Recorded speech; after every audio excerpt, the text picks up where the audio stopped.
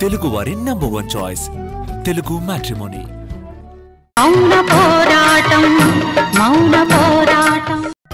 పాత విషయాలు మర్చిపోతే మనిషి ఆలోచనలు కానీ లైఫ్ కానీ కొత్తగా ఉంటుంది కదా. అలాంటి కొత్త జీవితానికే మనం వెల్కమ్ చెప్దాం. మురారి, ఏంటిది? నువ్వేనా ఇలా మాట్లాడుతుంది? నేనే మాట్లాడుతున్నాను నక్షత్ర. ఇది కళ కాదు, భ్రమ కాదు, ఇదే నిజం.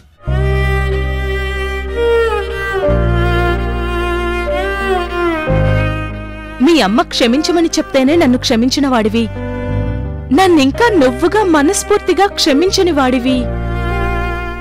నువ్విలా మాట్లాడుతున్నావంటే నాకేం నమ్మబుద్ధి కావడం లేదు. నిన్ను మనస్ఫూర్తిగా క్షమించాలనుకుంటున్నాను నక్షత్ర. మనం సంతోషంగా కలిసిమెలిసి ఉండాలని, ఈ ఇంటికి ఒక వారసున్నో వారసురాలనో ఇవ్వాలన్నా అమ్మ కళని నిజం చేద్దాం. అంటే ఇక నువ్వు నన్ను పూర్తిగా క్షమించినట్టే. Thank you Murari, thank you so much. ఒకప్పుడు నన్నుగా నువ్వు ఎంత ఇష్టపడ్డావు, నేను నిన్నెంతగా ఇష్టపడ్డాను, ఆ రోజులు గుర్తు చేసుకుందాం. ఇప్పటినుంచి ఎలాంటి అబద్ధాలకు అపార్థాలకు అవకాశం ఇవ్వకుండా హ్యాపీగా ఉందాం.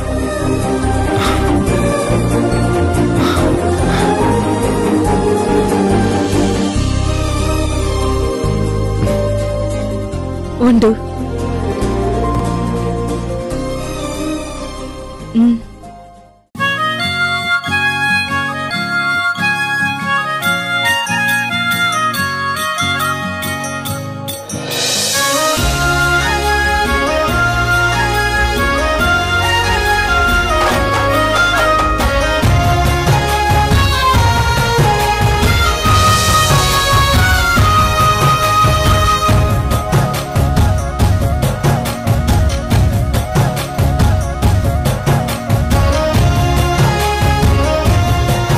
ఐ లవ్ యూ నక్షత్ర. I love you Murari. ఆ రోజు నువ్వు ప్రెగ్నెంట్గా నాటకమాడావు, కానీ ఆ నాటకాన్ని ఇప్పుడు నిజం చేద్దాం.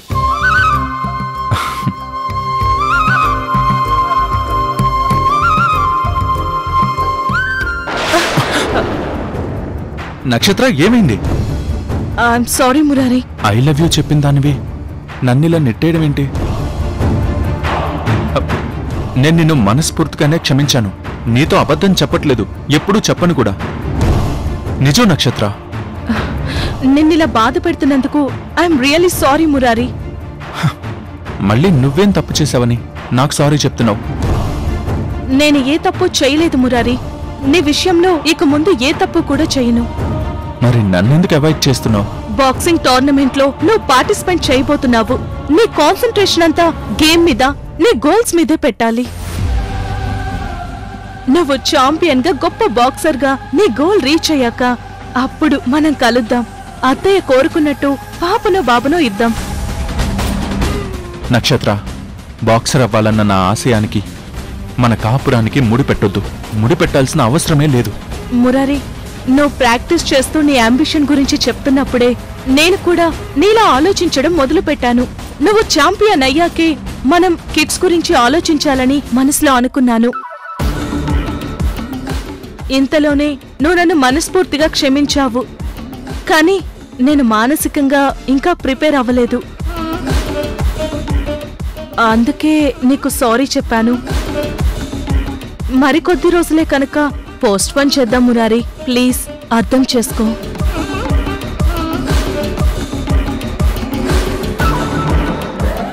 రే మురారి, నీకు నేను పాపనో బాబునో కొనివ్వాలా? మీ అమ్మ ఆశ నెరవేరేలా చెయ్యాలా? నీ ఆశలు ఆశయాలు ఏవీ నెరవేరనివ్వను. బాక్సర్ అవ్వాలన్న నీ కలను ఎలా కూల్చేయబోతున్నానో చూడరా.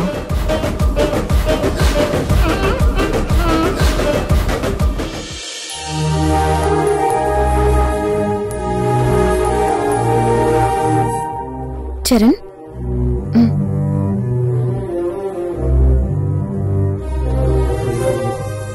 చరణ్, పొద్దున్న నా చేత్తో కాఫీ ఇస్తే తాగలేదు, ఇప్పుడు పాలు తీసుకొస్తే అస్సలు టచ్ చేయట్లేదు. ఏంటిది? నేను నిన్ను అసలు టచ్ చేయకుండా ఉండాలి కదా, అందుకే పాల గ్లాస్ కూడా టచ్ చేయట్లేదు. నువ్వు దీక్ష చేస్తున్నావు గనక నేను కూడా నీతో మాట్లాడకుండా, నిన్ను కష్టపెట్టకుండా దూరంగా ఉంటే మంచిది. చరణ్, నేను నిన్ను కావాలని దూరం పెట్టినట్టు నన్ను ఇలా అర్థం చేసుకోవడం బాలేదు. ఒకరినొకరు ఇష్టపడి పెళ్లి చేసుకున్నాం, ఒకరినొకరు అర్థం చేసుకుని పెళ్లి చేసుకున్నాం. మరి దీనికి అర్థం ఇదేనా? నువ్వే చెప్పాలి. ఒకరినొకరు అర్థం చేసుకోవడం అంటే ముందు ఒకరి అభిప్రాయాలు ఒకరు గౌరవించాలి, ఒకరి డెసిషన్స్ ని ఒకరు యాక్సెప్ట్ చేయాలి. నువ్వు తీసుకున్న దీక్ష అనే డెసిషన్ నేను యాక్సెప్ట్ చేయడమే కదా నీకు కావాలి. నేను అదే కదా చేశాను. దీక్ష మానుకోమని నేనేం ఫోర్స్ చేయలేదు, చెడగొట్టడానికి అస్సలు ప్రయత్నం చేయలేదు. చరణ్, నా నిర్ణయాన్ని నువ్వు మనస్ఫూర్తిగా యాక్సెప్ట్ చేస్తే ఇలాంటి డిస్కషన్ మన మధ్య వచ్చేదే కాదు. నువ్వు ఇది మనసుకి కష్టంగా తీసుకున్నావు. అది నాకెంత కష్టంగా ఉంటుందో ఆలోచించు. నేను నిన్ను బాధ పెట్టాలని ఇలా ప్రవర్తించట్లేదు. మన ఇద్దరి మధ్య కొన్నాళ్ల పాటు ఇలా దూరం ఉండడం మంచిది కాబట్టి నువ్వుగా నేనుగా ఉండడం మంచిది. నేను నీకు సారీ కూడా చెప్పాను చరణ్. అయినా నా విషయంలో నువ్వు కోపంగానే ఉన్నావు. నీ ప్రవర్తనలో అదే కనిపిస్తుంది కూడా. మన మధ్య దూరం ఉండాలని చెప్పానే కానీ నాతో ప్రేమగా మాట్లాడకూడదు, నవ్వుతూ మాట్లాడకూడదని నేనే నీ కండిషన్స్ పెట్టలేదే. నాతో నువ్వు ప్రేమగా ఉండొచ్చు, ఎప్పట్లానే ప్రేమగా మాట్లాడొచ్చు. అంత ప్రేముంటే ఆ ప్రేమే నిన్ను మళ్ళీ టచ్ చేసేలా చేయొచ్చు, నీ దీక్ష భగ్నం అయ్యేలా చేయొచ్చు. ఎందుకొచ్చిన హెడేక్ చెప్పు? మనుషులకే కాదు, మాటకు, నవ్వుకు, ప్రేమకు, అన్నిటికీ మన ఇద్దరి మధ్య ఒక దూరం ఉంటేనే మంచిది. అది కాదు చరణ్. ప్లీజ్ సౌందర్య, నన్ను మాట్లాడించాలని చూడకు.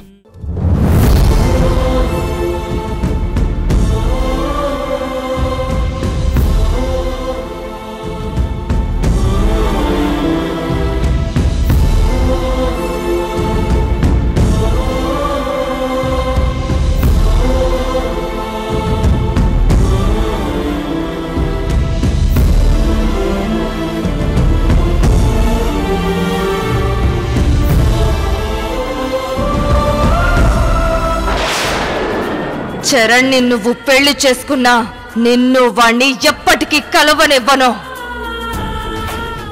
ఈ జన్మలోనే కాదు, ఏ జన్మలోనూ చరణ్ నిన్ను కలవనివ్వను.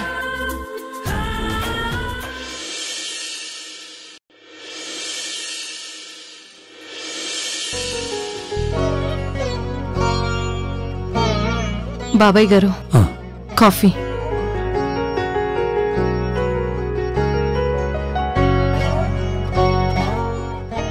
బాబాయ్ గారు, మీతో ఒక విషయం మాట్లాడాలి.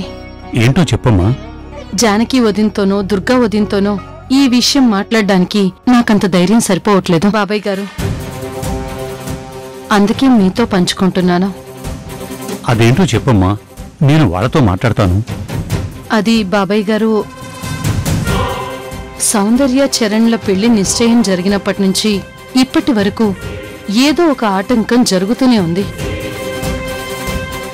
సౌందర్యని, మా చరణ్ని కొద్ది రోజులు మా ఇంటికి తీసుకెళ్తే ఎలా ఉంటుందా అని నా మనసు కనిపించింది. మా అబ్బాయి ఇల్లరికం రావటానికి ఒప్పుకొని వచ్చిన కొద్ది రోజులకే కొడుకుని కోడల్ని మా ఇంటికి తీసుకెళ్తానని చెప్తే జానకి వదిన, దుర్గోదిన ఏమనుకుంటారో ఏమో. అందుకే వాళ్లతో మీరు మాట్లాడితే బావుంటుంది. అమ్మా పార్వతి, నీకిలాంటి ఆలోచన రావటంలో తప్పేమీ లేదమ్మా.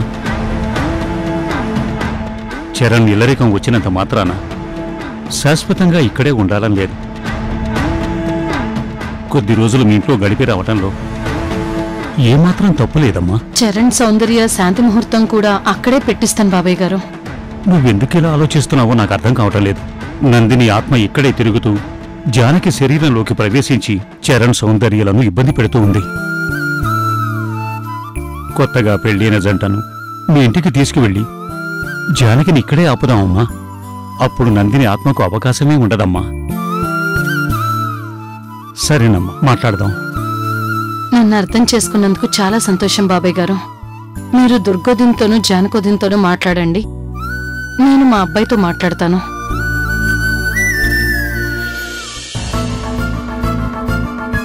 చరణ్, అమ్మా, ఏంటమ్మా? నీతో ఒక విషయం మాట్లాడాలి నాన్న. ఇలాంటి నిర్ణయం తీసుకున్నావేంటమ్మా? వద్దు అని నువ్వు చెప్పకూడదు. నేనెందుకు చెప్తున్నానో అర్థం చేసుకుని ఒప్పుకోవాలి. విషయం ఏంటో చెప్పకుండానే అర్థం చేసుకోమని ముందే మాట తీసుకుంటున్నావేంటమ్మా? నువ్వు నాతో ఏం చెప్పాలనుకుంటున్నావో ముందు ఆ విషయం చెప్పు. కొద్ది రోజులు నిన్ను సౌందర్యని మన ఇంటికి తీసుకువెళ్దాం అనుకుంటున్నాను నాన్న. సంతోషంగా కొద్ది రోజులు మీరు అక్కడ గడిపాక మళ్ళీ ఇక్కడికి వచ్చేద్దాం. అదేంటమ్మా, నీకు ఎలాంటి ఆలోచన ఎందుకు వచ్చింది? మనమే ఇంటికి వచ్చి కొద్ది రోజులైనా గడవక ముందే మనం సౌందర్యాన్ని మనతో పాటు తీసుకెళ్తామంటే ఇక్కడ మనకంత సౌకర్యం లేదేమో, ఇక్కడ ఉండడం మనకి ఇష్టం లేదేమో అన్న ఆలోచన దుర్గా అత్తయ్యకు వస్తుంది, జానకి అత్తయ్యకు కూడా వస్తుంది. వాళ్ళకి అలాంటి ఆలోచనే వస్తే నేను ఇల్లరికం రావడంలో అర్థమే లేకుండా పోతుందమ్మా. రే చరణ్, నువ్వంత దూరం ఆలోచిస్తావేంట్రా? మనం పూర్తిగా అక్కడికే వెళ్ళిపోదాం, మన ఇంట్లోనే ఉందామని నేను చెప్పట్లేదు కదా. కొద్ది రోజులే నాన్న. ఆ కొద్ది రోజులు ఎందుకు? మనకిక్కడ అంత సౌకర్యంగా లేదా? మనకంత స్వేచ్ఛ లేదా? అది కాదురా. మరేంటో చెప్పమ్మా. నీకెలా చెప్పాలరా? జానకి వదిన్లోకి నందిని ఆత్మ ఆవహిస్తుందన్న విషయం నీతో ఎలా చెప్పాలి? చెప్పినా నువ్వు నమ్మవు. విషయం ఏంటో చెప్పమంటే ఆలోచిస్తావేంటమ్మా? లేదు నాన్న, మీ పెళ్లి జరిగినప్పటి నుంచి ఏదో ఒక అనర్థం జరుగుతూనే ఉంది కదా, అందుకే కాస్త మార్పు ఉంటుందనిపించింది. అమ్మా, నీకెందుకు ఇలాంటి ఆలోచన వస్తుందో కానీ వద్దమ్మా. ఇక్కడైతే కీడు జరుగుతుంది, అక్కడికెళ్తే మంచి జరుగుతుందని అపార్థాలకు ఎందుకమ్మా మనం అవకాశం ఇవ్వటం? జరిగిన విషయాలకు పరిష్కారం ఏంటో వెతకాలి కానీ భయపడి పారిపోయినట్టు మన ఇంటికెళ్ళటం నాకు నచ్చట్లేదమ్మా. అది కాదు నాన్న. ప్లీజ్ అమ్మా, ఈ విషయంలో బలవంతంగా ఒప్పించాలని చూడకు.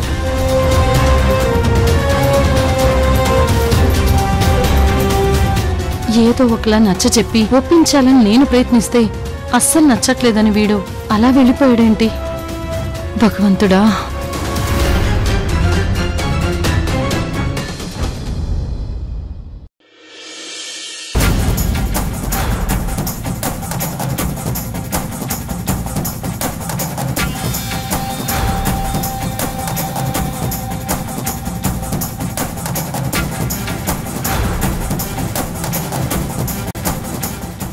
నక్షత్ర, నీకోసం ఇల్లంతా గాలిస్తుంటే నువ్విక్కడున్నావా? నా కోసం గాలించడం ఏంటి మావయ్య? నేనేం తప్పిపోలేదు కదా. తప్పిపోవడానికి నువ్వేమైనా చిన్నపిల్లవా, లేదంటే మతి స్థిమితం లేనిదానివా? నాకు కొంచెం తలనొప్పిగా ఉందమ్మా, కాస్త కాఫీ ఇస్తావేమో అని వెతికాను. ఇక్కడ నేను చాలా ఇంపార్టెంట్ వర్క్ లో ఉన్నాను మావయ్య. ఏంటమ్మా అంత ఇంపార్టెంట్ వర్క్? అవంతి కూడా ఇంట్లో లేదు, ఇప్పుడు నేను ఎవరిని అడగాలి? అయినా అంత ముఖ్యమైన పనేంటమ్మా?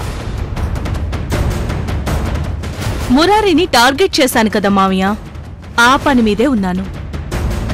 మురారి ఏమో కిక్ బాక్సింగ్ టోర్నమెంట్లో ఆడి ఛాంపియన్ గా వస్తానని కాన్ఫిడెన్స్ తో ఉన్నాడు. మరి ఆ కాన్ఫిడెన్స్ ని చెడగొట్టడం, మురారి ఆశయాన్ని మురారి చేరుకోకుండా చేయడం చాలా టఫ్ అనిపిస్తుందమ్మా. ఇది నీకే రిస్క్ అవుతుందేమో అని నాకు భయంగా ఉందమ్మా. రిస్క్ మేనేజ్మెంట్ లో, అందులోనూ మురారి విషయంలో నేను చాలా కేర్ఫుల్ గానే ఉన్నాను మావయ్య. తన విషయంలో నేను పూర్తిగా మారిపోయినట్టు నటిస్తూనే, మురారిని ఎంకరేజ్ చేస్తున్నట్టు నటిస్తూనే బాక్సింగ్ టోర్నమెంట్లో ఛాంపియన్ కావాలనుకున్న తన కలను చిదిమేస్తాను.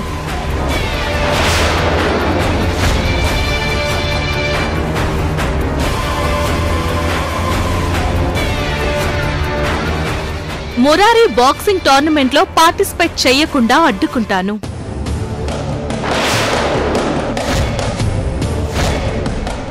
తను వెళ్ళినా గేమ్లో గెలవనివ్వకుండా చేస్తాను. నక్షత్ర మనసులో మురారి మీద ఇంత ద్వేషం పెట్టుకొని మంచిదాన్లా నటిస్తూ నమ్మిస్తున్నావా? ఇంత నమ్మక ద్రోహం చేస్తున్నావా? నిన్ను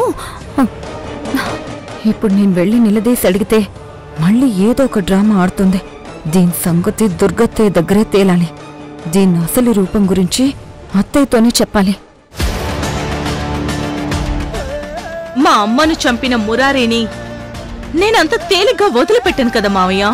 వెంటనే చంపను. చావు భయమేంటో ప్రతి క్షణం చూపిస్తూ ఎన్నో భయాలు అవమానాలు ఎదురయ్యేలా చేస్తా. వాణ్ణి మానసికంగా పిచ్చోణ్ణి చేసి ఆడుకుంటాను. అమ్మ నక్షత్ర, ఇలా చెప్తూనే ఉన్నావు గాని ఇప్పుడు మురారిని ఎలా ఆపబోతున్నావో అది చెప్పమ్మా. ప్లాన్ చేశాను మావయ్య. వాడిప్పుడు నా దగ్గరికే వస్తున్నాడు. నమస్తే మేడం. Already set చేసేసావా? భలే దానివి నక్షత్ర, ప్లానింగ్ లో నన్నే మించిపోయావు. చెప్పండి మేడం, నన్ను ఎందుకు రమ్మన్నారు? ఒక్క నిమిషం.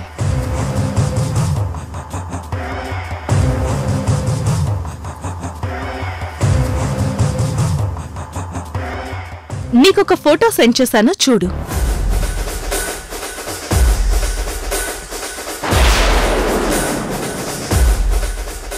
అతను నా భర్త మురారి. నా శత్రువు కూడా అతనే. తను రేపు 9 గంటలకు బాక్సింగ్ టోర్నమెంట్కు బయలుదేరతాడు. కానీ అది సక్సెస్ అవ్వకూడదు. నీకు అడ్వాన్స్గా కొంత డబ్బు పంపిస్తున్నాను.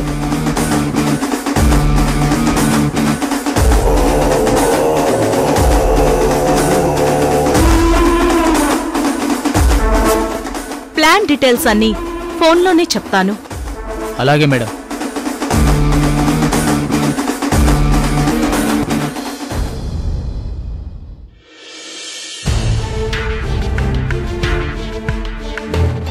అమ్మా పార్వతి, నందినికి ఇష్టమైన mutton biryani, chicken tandoori prepare చేశావు.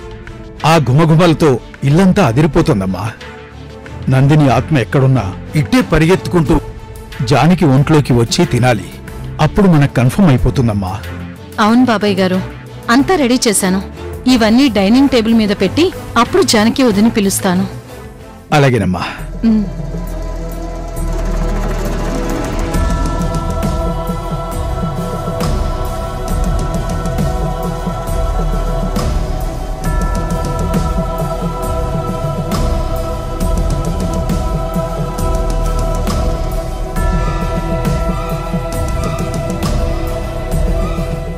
వెళ్ళి జానకిని పిలువమ్మా. వెళ్తాను బాబాయ్ గారు, ఇప్పుడే పిలుస్తాను. సరేనమ్మా. అదేంటమ్మా ఆగిపోయావు? వదిన్ని పిలవటానికి భయమేస్తుంది బాబాయ్ గారు. ఏ క్షణాన నందిని ఆత్మ వదిన ఒంట్లోకి వస్తుందో తెలియదు. అసలు నందిని ఆత్మ జానకి ఒంట్లోకి ప్రవేశిస్తుందా లేదా అన్నదే కదమ్మా ఈ రోజు మనకు రుజువు అవ్వాలి. కాస్త ధైర్యం చేయక తప్పదమ్మా. వెళ్ళి పిలువమ్మా. అయ్యో భగవంతుడా, భయంతో వణికిపోతున్న నన్ను నువ్వే కాపాడాలి. కొన్నంత ధైర్యాన్ని ఇవ్వాలి.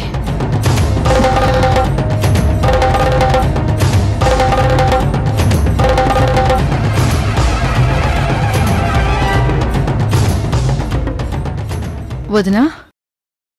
ఏంటదినా? మీకోసం వంట చేశాను వదినా. భోంచెదురుగాని రండి. అయ్యో, నువ్వు వంట చేయడం ఏంటొదినా? కిచెన్లోకి వెళ్ళొద్దు అని నీకు చెప్పాను కదా. మరేం పర్లేదు వదినా. వదినా, ఇల్లరికం పేరు చెప్పి మీ అబ్బాయినేమో ఆఫీస్ పనికి, నిన్నేమో మా ఇంటి పనులకు వాడుకుంటున్నావని మన బంధువులందరూ అనుకోడానికా? మీరసలు ఈ ఇంట్లో ఎలాంటి పనులు చేయాల్సిన అవసరం లేదొదినా. ఇన్నాళ్ళు కొడుకు శ్రేయస్సు కోసం కష్టపడ్డారు. చాలా గొప్ప ప్రయోజకుణ్ణి చేశారు. ఇక మీరు కష్టపడింది చాలు. హ్యాపీగా రిలాక్స్ అవ్వండి. నేను తర్వాత తింటాను. తర్వాత తింటానని అసలు మీరు ఒక్కోసారి తినడమే మానేస్తున్నారు వదినా. అదేం కుదరదు, వచ్చి భోంచేయండి. నాకిప్పుడు ఆకలిగా లేదు వదినా. ఆకలిగా లేకపోయినా టైంకి భోంచేయాలి. రెండొదినా. నేనేదో ఇంటికి కొత్త చుట్టమైనట్టు మరీ బలవంత పెట్టేస్తున్నావు. సరే, ఈ బట్టలు మడత పెట్టొస్తాను. తొందరగా రండి. సరే.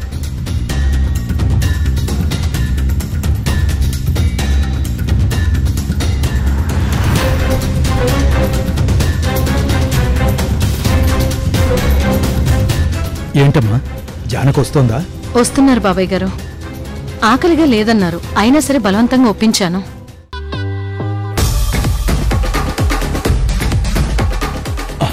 అదిగో వస్తోందమ్మా.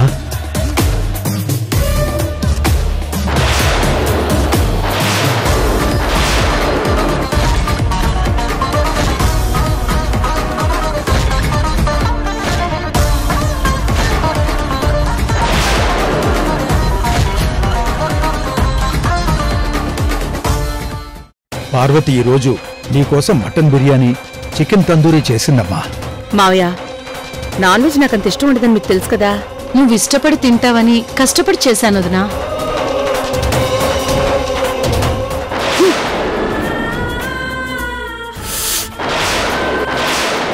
తింటాను. నాకిష్టమైన మటన్ బిర్యానీ నేను ఎందుకు వదులుతాను? తింటాను.